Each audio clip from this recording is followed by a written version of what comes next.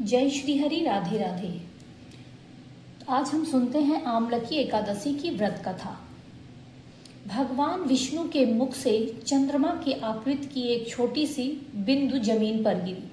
उससे आंवले का वृक्ष प्रकट हुआ, इसलिए यह बहुत ही पवित्र वृक्ष माना जाता है।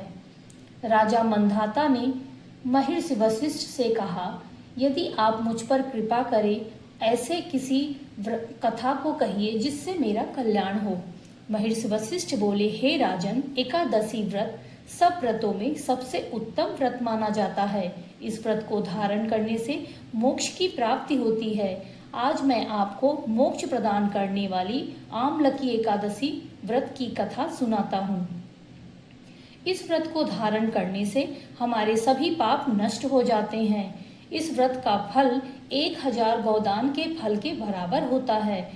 आपसे मैं पौराणिक कथा कहता हूँ। भगवान विष्णु का ध्यान कर कथा का श्रवण करिए। वैदिश नाम का एक नगर था, जिसमें ब्राह्मण, क्षत्रिय, वैश्य, शूद्र चारों वर्ण के लोग प्रेम पूर्वक रहते थे। उस नगर में सदैव पूजा पाठ, धर्माचरण के कार्य हुआ करते थे। चारों तरफ सदैव वैद ध्वनि गूंजा करती थी। उस नगर में चैत्रथ नाम का एक चंद्रवंशी राजा राज्य करता था। वह अत्यंत ही धार्मिक, भगवान विष्णु का भक्त था और विद्वान भी था। उस नगर की सभी प्रजा भगवान विष्णु के भक्त थे। बच्चे से लेकर स्त्री, पुरुष, वृद्ध सभी एकादशी का व्रत करते थे। कुछ समय बाद फाल्गुन मास के शुक्ल पक्ष की एकादशी आई। उस दिन उस राज्य के राजा से लेकर स्त्री, पुरुष, बच्चे, बूढ़े सभी ने भगवान विष्णु के निमित्त एकादशी का व्रत रखा। राजा अपनी प्रजा समेत भगवान विष्णु के मंदिर जाकर धूप, दीप, नैवेद्य, पंचरत्न आदि से भगवान विष्णु का पूजन करने लगे और वहीं पर सामने धात्री यानी आंवले के वृक्ष का भी पूजन करने लगे। इस प्रकार वे आंवले के वृक्ष के सामने जाकर स्तुति करने लगे, हे धात्री, आप ब्रह्म स्वरूप हो, आप विष्णु जी द्वारा उत्पन्न हुई हो और समस्त पापों का नाश करने वाली हो। आपको नमस्कार है, आप मेरा पूजन स्वीकार करो। मैं आपकी प्रार्थना करता हूँ, अतः आप मेरे समस्त पापों को नष्ट करो।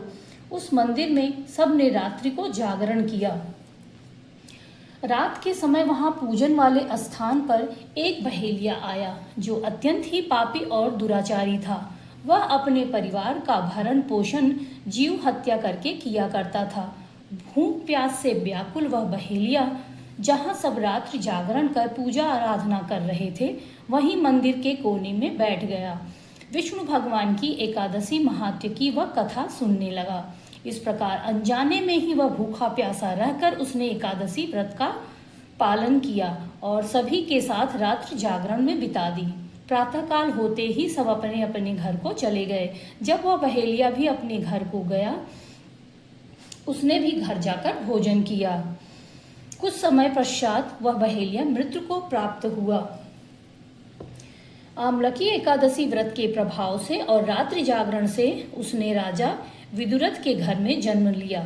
उसका नाम वसुरथ रखा गया। वह तेज में सूर्य के समान, कांति में चंद्रमा के समान, वीरता में भगवान विष्णु के समान और क्षमा में पृथ्वी के समान था। वह अत्यंत ही धार्मिक और सत्यवादी था। भगवान विष्णु का वह अनन्य भक्त था। वह प्रजा का सम्मान भाव से पालन करता था। दान देना उसका कर्तव्य था। एक दिन राजा शिकार खेलने वन को गए। अज्ञानवश राजा मार्ग भूल गए। उसी वन में एक वृक्ष के नीचे वे थोड़ी देर आराम करने लगे और वे सो गए। थोड़ी ही देर पर वहां पर कुछ डाकू आ गए और वे राजा को मारने दौड़े। डाकू आपस में ही कहने लगे कि इस राजा ने हमारे पुत्र पौत्र अनेक संबंधियों को मारा है, इसे अवश्य मारना चाहिए। ऐसा कहकर वह राजा को मारने दौड़े। उन सब ने राजा को मारने के लिए अस्त्र शस्त्र निकाल लिए। थोड़ी ही देर बाद वे मूर्छित होकर गिरने लगे। उसी समय राजा के शरीर से एक दिव्य स्त्री उत्पन्न हुई। उसकी आंखें लाल लाल और शरीर से अग्नि की ज्वालाएं निकल रही थी। दूसरे ही समय वह काल के समान प्रतीत होती थी। उस स्त्री ने क्षण भर में ही उन सभी डाकुओं को मार गिराया। थोड़ी ही देर बाद राजा सोकर उठ गए और सभी डाकुओं को मरा हुआ देखा तो वे सोचे कि इन शत्रुओं को किसने मारा, इस वन में कौन मेरा हितैषी है। ऐसा सोचकर वह विचार कर ही रहे थे कि आकाशवाणी हुई, हे राजा, इस संसार में भगवान विष्णु के अतिरिक्त कौन है जो तुम्हारी सहायता कर सकता है। इस आकाशवाणी को सुनकर राजा अपने राज्य को आ गया। उसने भगवान विष्णु की फिर से पूजा आराधना की और वह जीवन पर्यंत भगवान विष्णु की पूजा आराधना में ही अपना समय बिताने लगा। महर्षि वशिष्ठ बोले, हे राजन, यह आमलकी एकादशी व्रत का ही प्रभाव था। जो मनुष्य आमलकी एकादशी का व्रत करते हैं वे प्रत्येक कार्य में सफल होते हैं और अंत में विष्णु लोक को जाते हैं। 1000 गौदान का फल देती है आमलकी एकादशी व्रत जो धारण करते हैं। विशेषकर जो आमलकी एकादशी की व्रत की कथा सुनते हैं और सुनाते हैं उनके सभी पाप नष्ट हो जाते हैं और वे वैकुंठ धाम को प्राप्त करते हैं। आप सभी को एकादशी का व्रत अवश्य करना चाहिए।